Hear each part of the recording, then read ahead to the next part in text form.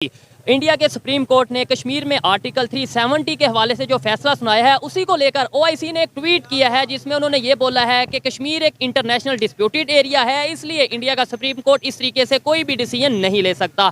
और इस पर इंडियन फॉरेन मिनिस्ट्री की तरफ से भी रिएक्शन आया। उन्होंने बोला है कि ओआईसी ने जो ट्वीट किया है या उनकी जो स्टेटमेंट है ये इल इन्फॉर्म्ड है। कश्मीर का जो इंडियन कोर्ट का वर्डिक्ट आया उसके बाद बहुत कुछ हुआ, लेकिन उसमें एक चीज ये हुई कि अब एक तो ये कि ओआईसी की तरफ से एक स्टेटमेंट आई जिसमें उन्होंने कहा कि लोगों के साथ सॉलिडारिटी का इजहार किया कश्मीरी लोगों के साथ, और उन्होंने एक डिटर्मिनेशन, सेल्फ डिटर्मिनेशन और ऐसी बात की, और दुनिया के लीडर से ये कहा कि इसको जो है वो जो करारदाद है उसके मुताबिक जो है बैठ के वो उसको हल किया जाए। इसके ऊपर इंडिया ने बहुत ही सख्त जवाब दिया है ओआईसी को, और उन्होंने ये कहा है कि इल इंटेंडेड, इल इन्फॉर्म्ड ये एक स्टेटमेंट है, और इसके अंदर उन्होंने पाकिस्तान को भी एक serial violator of human rights कह दिया। तो बात ये है कि जो वो जो बात उन्होंने की है ना कि यार ये इस तरह करना नहीं चाहिए, वो गलत है। ठीक है, ये गलत है। ओआईसी ने बात की है वो गलत है। नहीं, ये जो इन्होंने कहा है कि जी वो तो है ही कुछ नहीं, ये तो हमारा पर्सनल, एक किस्म का वो पर्सनल मैटर ही कह रहे हैं ना। हाँ, बिल्कुल एक किस्म का नहीं, वो कह रहे हैं कि ये कश्मीर हमारा पर्सनल इशू है। तो पर्सनल किसना हो सकता है? एक तो वो पूरी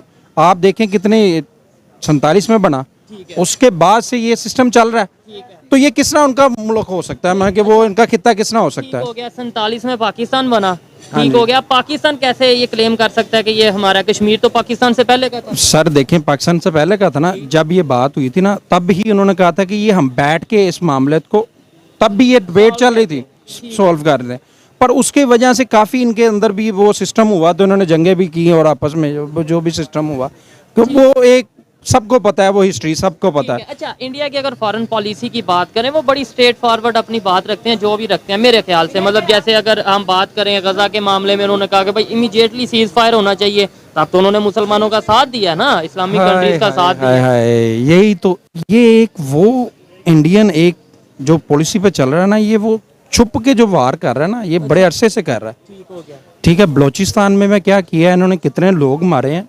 पाकिस्तान सबसे ज्यादा मुसलमान जो लोग हैं ना, इंडियन ने मारे हैं। अच्छा, मैं आपको पाकिस्तान में सबसे ज्यादा लोग इंडियन ने मारे हैं?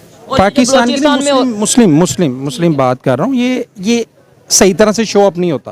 ठीक हो गया। अब इसने बड़ा अच्छा सिस्टम रखा हुआ है, और साथ में अमेरिका के साथ उसके बड़े अच्छे ताल्लुकात हैं, और उसको उसकी आड़ में ये बड़ा कुछ कर रहा है। और जो अमेरिका ने किया है वो अफगानिस्तान में आपको भी पता क्या क्या हुआ है। आप कह रहे हैं अमेरिका के साथ इंडिया मिला हुआ है, लेकिन 65 की जंग में जो इंडिया पाकिस्तान की वार हुई थी उसमें अमेरिका ने किसका साथ दिया था?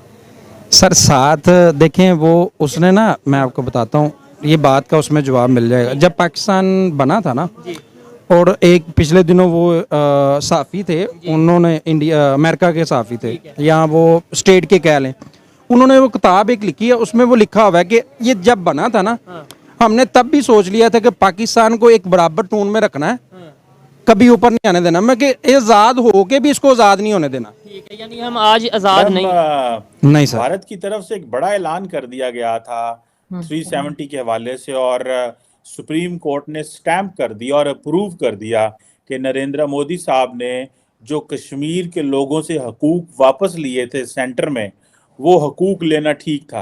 तो जो 5.5 साल जो वहाँ पे रिप्रेजेंटेशन नहीं रही, उसके हवाले से इंडियन सुप्रीम कोर्ट ने कहा है कि सितंबर तक इलेक्शन करवाए जाएं। और अभी जो ओआईसी है उसने भी स्टेटमेंट जारी की है कश्मीर के हवाले से, और ये 370 के हवाले से।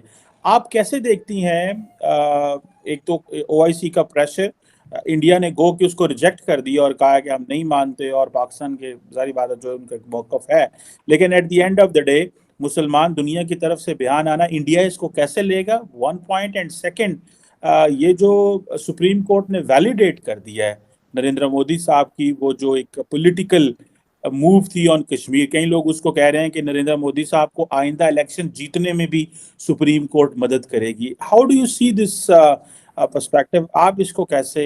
ओआईसी की जहां तक बात है तो यकीनन पाकिस्तान ने प्रेशर डाला होगा, तो ओआईसी ने एक स्टेटमेंट दे दिया, और उसकी कोई खास अहमियत नहीं ली जाएगी भारत में, क्योंकि उनके चाहे फॉरेन मिनिस्टर हों चाहे प्राइम मिनिस्टर हों, वो पहले ही हर बात पे काफी सख्ती के साथ बात करते हैं और उनका ये कहना है कि जो फैसला भी वो करेंगे वो उनका अपना होगा, वो किसी के प्रेशर में आके बात नहीं करेंगे। चाहे उससे पहले रशियन ऑयल की बात हो या किसी कंट्री के साथ बात हो, उन्होंने ना कभी अमेरिका की बात सुनी ना किसी और की।